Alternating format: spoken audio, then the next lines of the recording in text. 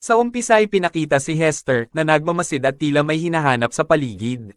Maya-maya pa ay nakita niya ang isang malaking machine at ito ang Predator Cities na kinatatakutan ng lahat, dahil kinakain nito ang iba pang city na tinatawag naman na Traction Cities. At nang mapansin ito ng iba pa, ay agad silang umalis para tumakas. Pero nagloko ang sasakyan ni na Hester at tila ayaw agad nitong mag-start. Palapit na ng palapit ang Predator City at sila ang naiwan kaya sila ang tinarget nito. Nataranta ang lahat ng crew nila pero sa wakas ay napaandar na din nila ito. Yun nga lang ay napakalapit na ng kalaban. Porsigido silang makatakas sa Predator habang excited naman ang mga taga-London na kabilang sa Predator City na mahuli sila. Siya si Thaddeus, isang mataas na opisyal. At siya naman si Magnus, ang mayor dito.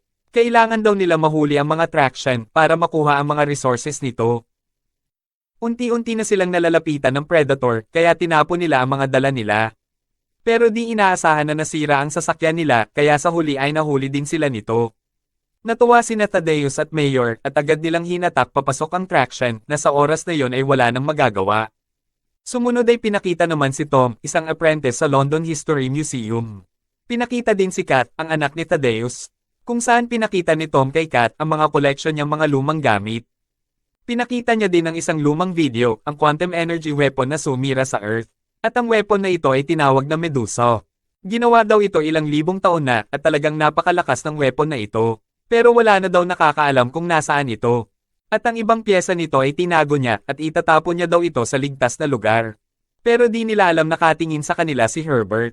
Paglabas nila ay sinalubong sila nito tapos ay dinimot nito si Tom at ininsulto at nilipat niya sa mas mababang trabaho.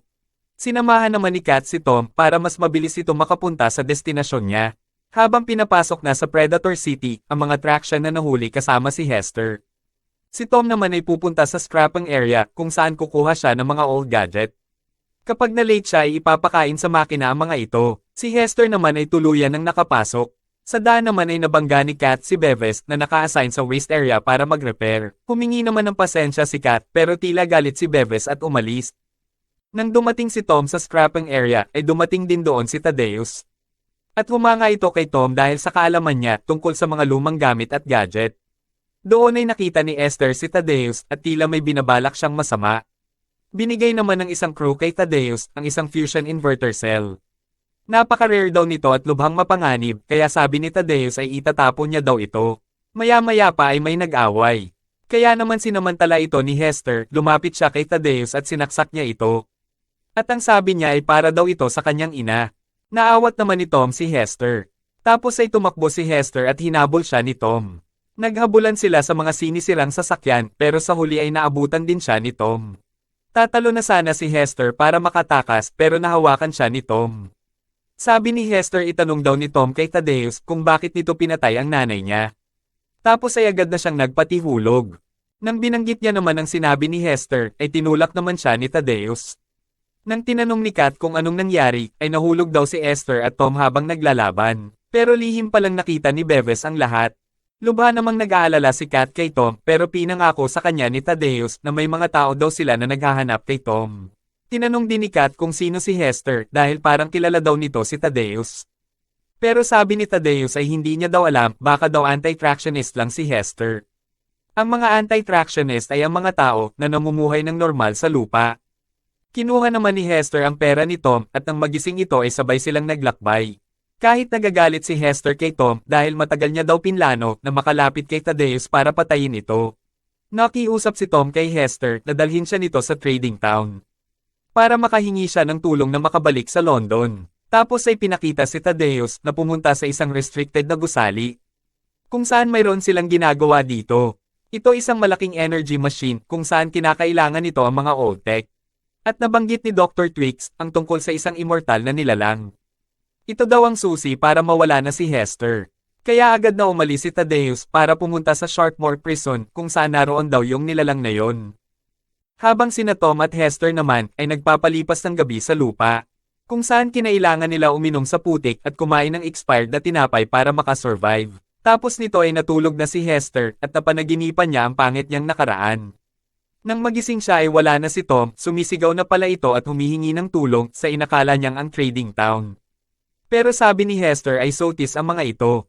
At ang mga ito daw ay nag-iikot sa gabi para manghunting ng mapapakinabangan.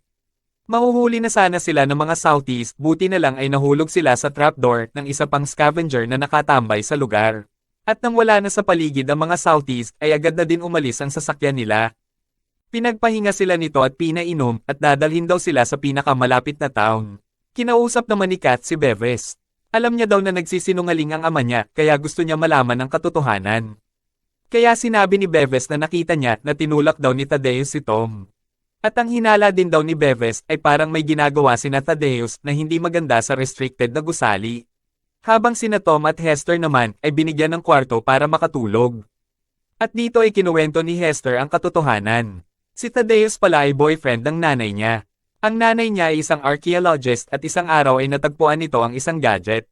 Hindi niya daw alam kung para saan yon pero gustong-gusto daw yun kunin ni Thaddeus. Kaya nang hindi ito binigay ng nanay niya ay pinatay ni Thaddeus ang nanay niya. Pero bago yun ay iniwan ng nanay niya sa kanya ang isang kwintas na kailangan niya daw ingatan. Tapos ay agad siyang tumakas. Sa kasalukuyan naman sa Sharpmoor Prison, nandun ang nilalang na tinatawag na The Resurrected. Isang sundalo libong taon na ang nakalipas na nang namatay ay ginawang cyborg. Sinisigaw nito ang pangalan ni Hester at ang sabi nito ay papatayin daw nito si Hester dahil hindi daw tinupad ni Hester ang pangako niya. Ano naman kaya ang pinangako sa kanya ni Hester? Tapos nito ay tinira nila ang kulungan para makawala yung resurrected. Para huntingin ito at patayin si Hester na pabor naman para kay Thaddeus. Matapos nito ay umahan na ito mula sa dagat at siguradong hahanapin na nito si Hester. Habang kina Tom at Hester ulit ay lumabas na trap lang pala ang lahat.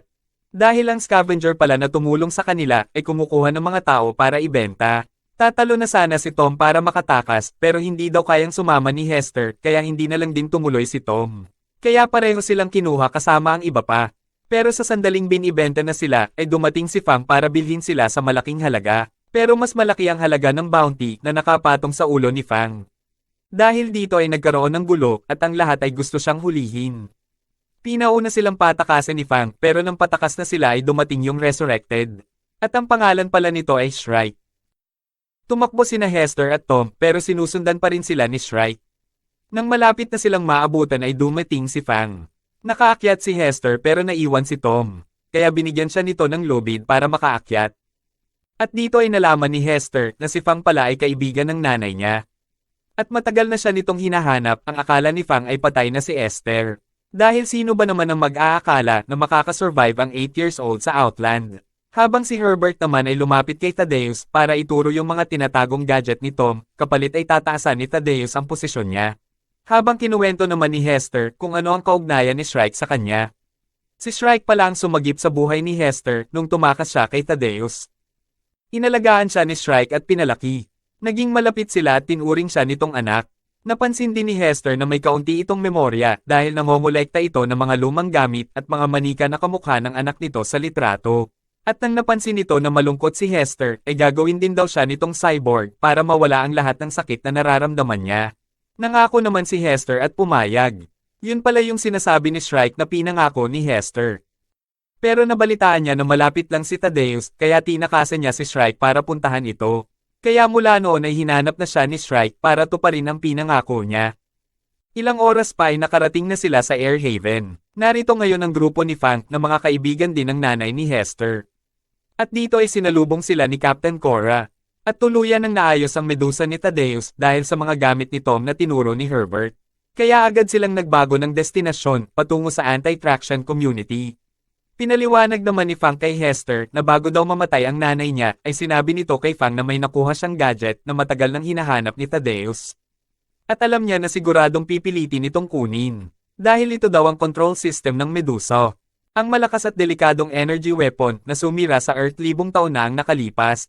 Kaya kung sakali daw na may mangyaring masama ay kailangan daw na hanapin niya si Hester. Dahil ibibigay niya daw kay Hester ang tanging susi para mapahinto ito. Pero ang naging problema nga lang nila ay hindi matandaan ni Hester kung anong susi yon. Habang napagana na ni Thaddeus ang medusa niya at handa na silang sumalakay anumang oras. Pero lingid sa kaalaman nilang lahat na nanunood pala sa kanila sina Kat at Berves.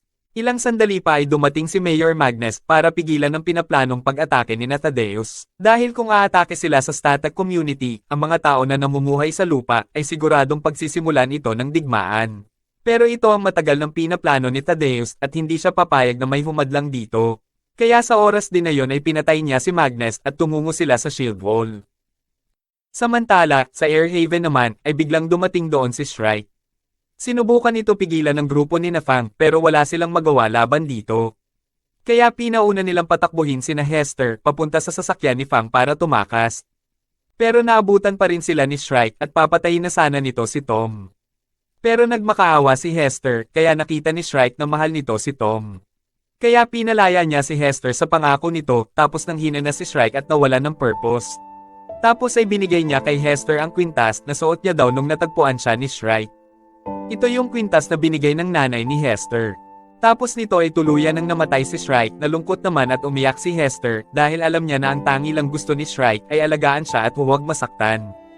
At hanggang sa huling sandali ng buhay ni Shrike ay nasa alaala niya ang masasayang sandali ng mga oras na magkasama sila ni Hester. At parang siya ang anak na nasa munti niyang alaala.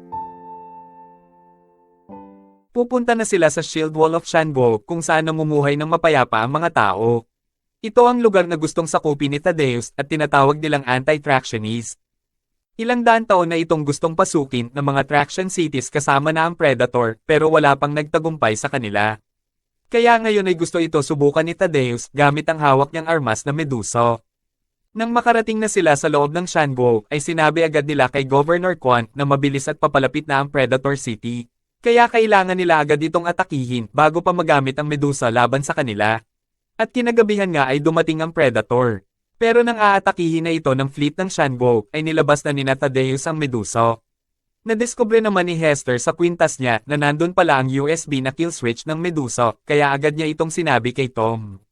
Pero kasabay nito ay tinira na ng Predator ang shield wall ng Shanbo. Napakalakas talaga ng Medusa at malaki ang naging pinsala nito sa Shanbo. Pero kailangan nito ng ilang minuto para mag-recharge, kaya yun ang sasamantalahin nila para umatake. At habang palapit sila sa Predator City, ay tinira ulit nito ang shield wall. Kahit malayo ay inabot pa rin sila ng impact nito. At napansin silang papalapit ng Predator, kaya pinaulanan sila ng bala nito. Ilan din sa grupo nila ang namatay dahil dito, pero nakapasok naman sila sa loob ng Predator. Gusto naman ni Thaddeus na umatake ulit pero sasabog daw ang Medusa pag pinilit dahil nag-o-overheat na daw ito. Naglaban naman si Thaddeus at Fang habang aatake na naman ulit ang Medusa. At kapag natuloy ang pag-atake na ito, ay siguradong mawawasak na ang wall. Kaya sinusubukan ito pahintuin ni Hester gamit ang kill switch na galing sa kwintas niya. At nang natalo na ni Thaddeus si Fang ay na-shutdown naman ito ni Hester. Agad tumakbo at tumakas si Hester palabas at nahulog naman si Fang at namatay. Pinasok naman ng mga tao ni Thaddeus ang control room at sinira ang break ng Predator City. Kaya hindi na ito kayang pahintuin at didiretso itong babangga sa wall. Nang tatakas naman si Thaddeus ay nasundan siya at pinigilan siya ni Hester. Dito ay sinabi ni Thaddeus kay Hester na siya daw pala ang tatay niya at alam niya daw na alam ito ni Hester. Habang pinabuksan naman ni Tom kay Kat ang engine room ng Predator City. Tapos ay pinasabog niya ang makina nito para huminto ito at hindi umabot sa wall. Tapos ay pinuntahan niya si Hester para sunduin at tinira niya ang sinasakyan ni Thaddeus. Kaya bumagsak ito sa lupa at nasagasaan ng Predator si Thaddeus. Huminto na din ang Predator sa wakas at nagkaroon na din ng kapayapaan. Kung nagustuhan mo ang recap na ito, ay paki-like ang video at subscribe ka na din para sa susunod pa na mga video. Salamat sa panunood!